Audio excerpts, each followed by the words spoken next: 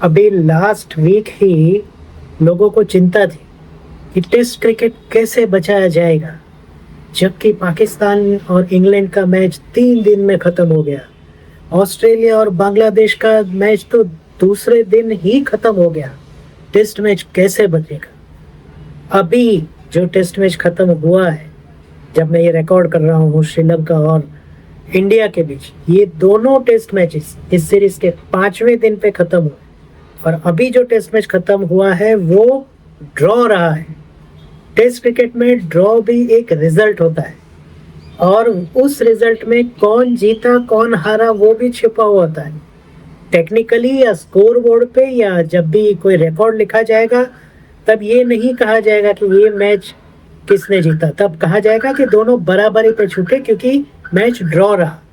लेकिन जिस तरीके से श्रीलंका ने इस मैच को खेला है, खासकर लास्ट के 2 दिन, और सोनाल दिनुशा ने जिस तरीके से पूरी सीरीज में बैटिंग की है, पर आज जो उसने बैटिंग की है उसके कारण श्रीलंका ये टेस्ट मैच ड्रॉ टेक्निकली होने के बावजूद जीता है।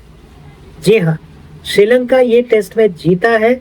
और आप देखिए लास्ट इनिंग्स में, मतलब तीसरी इनिंग्स में वैसे कहा जाए तो श्रीलंका के लिए दूसरी इनिंग 429 रन्स उन्होंने किए फॉलो ऑन होने के बाद और भारत को जीतने नहीं दिया। अब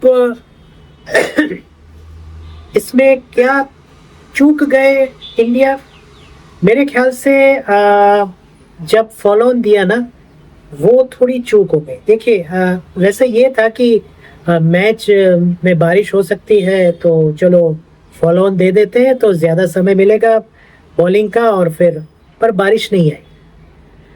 कई बार ये होता है जो हमारे कंट्रोल में होता है वो हम नहीं करते, जो हमारे कंट्रोल में नहीं होता है उस पर हम जाते हैं और फिर मुंह की खाते हैं। मैं इतना स्ट्रॉन्ग वर्ड तो यूज़ नहीं करूँगा कि मुंह की खाई भारत ने, पर ये मिस कैलकुलेशन तो पक्का हुआ है। बारिश आएगी नहीं आएगी वो हमारे हाथ में नहीं है, उससे आना है तो वैसे भी मैच ड्रॉ होने वाला था। पर ये क्या हुआ कि आपने सामने से जाके उनको ड्रॉ करवाया।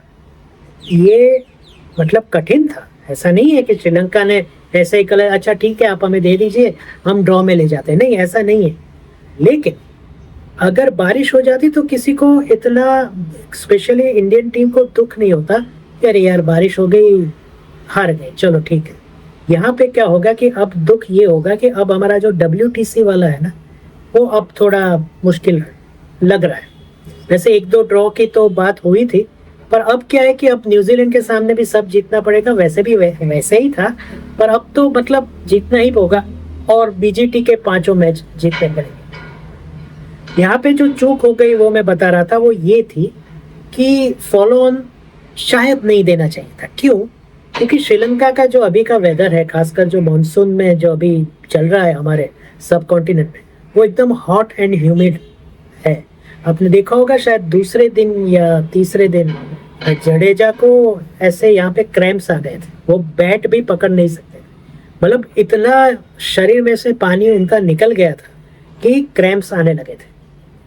तो ऐसे में हमारे बॉलरों को भी आराम की ज़रूरत थी, वो हमने नहीं दिया। हमने कहा जाए तो कुछ 3.5 दिन हमने हमारे बॉलरों से बॉलिंग करवाई।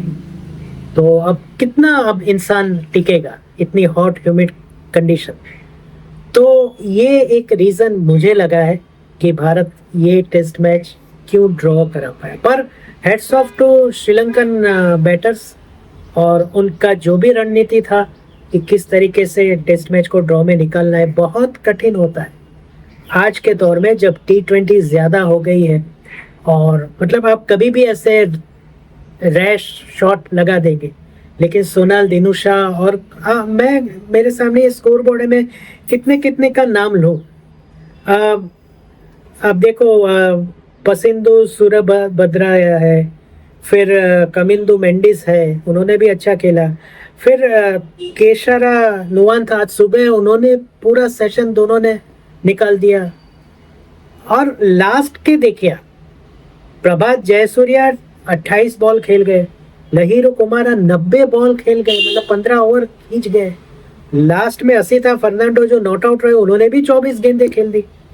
तो एक प्रॉपर प्लानिंग के साथ। और मैं देख रहा था कि जो सोनल है वो आगे आके टैप कर देते थे, आगे आके टैप कर देते, एक ही बात। और अगर लूज बॉल है तो मारते थे या रन लेते थे। तो hats off to Sri Lankan players, उनके बैटर्स, उन्होंने ड्रॉ में निकाला। और मैं जिस एज से हूँ, मेरे लिए तो ये बहुत ही अच्छा रिजल्ट है। ऐसा नहीं है कि इंडिया के लिए तकलीफ हो गई इसलिए, नहीं। ड्रॉ भी, मैं हर बार बोलता हूँ कि ड्रॉ भी एक रिजल्ट होता है, और आज वो फिर से साबित हो गया। ड्रॉ देखने में भी मजा आएगा।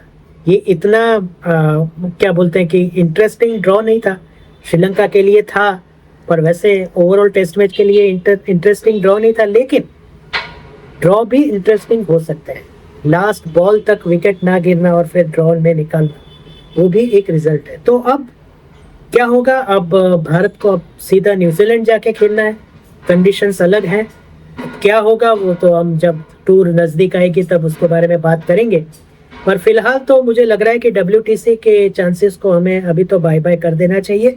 और 2029 का जो नया साइकिल है उसके लिए अभी से प्रयास शुरू कर देना चाहिए कि हम कैसे अब आगे बढ़े, क्योंकि ये दूसरी WTC फाइनल होगी इन रॉ। अगर हम नहीं क्वालिफाई कर पाए टेक्निकली, तो अब ये हार गया तो होगा, वो हार गया तो होगा, वो सब है। लेकिन मान लीजिए कि नहीं होता है, तो फिर हमें 29 के लिए तैयारी करनी पड़ेगी कि हम कैसे आगे बढ़े। ये दूसरा हम नहीं खेल पा रहे हैं, तो अब हम कैसे खेलें वो सब सोच रहा हूँ। तो मेरे लिए तो ये टेस्ट सीरीज ओवरऑल सेटिस्फाइड रही। हम पहला टेस्ट में जीते। ये पिच थी, वो बैटिंग पिच थी, ठीक है, पर इसमें भी हमें अगर एक सेशन पूरा हम बॉलरों को रेस्ट करने देते तो शायद रिजल्ट अलग होता। पर जो है वो ये है, ये सीरीज भारत 1-0 से जीता है। फिर भी थोड़ा मलाल रहेगा कि हम क्लीन स्वीप नहीं कर पाए। देखते हैं। और श्रीलंका के लिए हेड्स ऑफ एक और भी है कि उनके जो रेगुलर 3-4 बैटर थे वो नहीं थे, फिर भी उन्होंने ये टेस्ट मैच सेव किया। और उन लोगों के लिए भी ये जवाब है कि जो बोल रहे कि टेस्ट मैच का फ्यूचर अब नहीं रहा, क्योंकि टेस्ट मैच का फ्यूचर है अगर आप अच्छी पिचेस बनाएंगे, अगर आप अप्लाई करेंगे। खास करके जो ऑस्ट्रेलिया में 2 दिन का हुआ पिच अच्छा था, इंग्लैंड में 3 दिन का हुआ पिच अच्छा था, लेकिन एप्लीकेशन नहीं था। यहाँ पे भारतीय बल्लेबाजों ने तो अच्छा खेला ही, लेकिन श्रीलंकाई बल्लेबाजों ने जो 3.5 पौने 4 दिन पूरे निकाले यहाँ पर, वो एप्लीकेशन की वजह से, और तब जाके ये मैच ड्रॉ हुआ है। तो बस क्रिकेट की ऐसी सारी बातों के लिए आप मुझसे जुड़े रहिए। हम हर रोज़ शॉर्ट वीडियो देते हैं, जब मैच को एक ख़त्म होगा तब लॉन्ग देते हैं। तो ये आप ध्यान में रखिए, सब्सक्राइब करिए, वीडियो अच्छा लगा हो तो लाइक करिए। बाकी आप सबको टाटा।